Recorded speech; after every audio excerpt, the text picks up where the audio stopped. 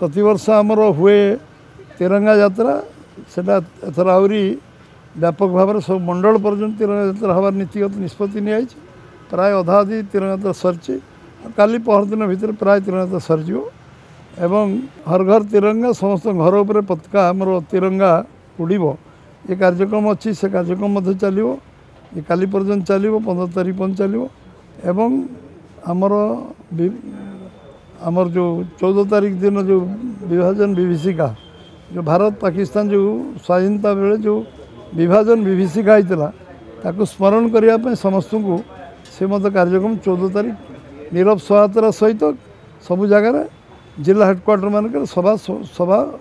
अनुष्ठित हम एवं ये कार्यक्रम व्यापक भाव जो स्वच्छ भारत जो प्रतिमूर्ति जो मैंने बलिदान देते जीवन यौवन देते स्वाधीनता संग्राम निर्यातना कष्ट जंत्रणा पाई मन पकड़ापी प्रतिमूर्ति को परिष्कार परिच्छन्न करा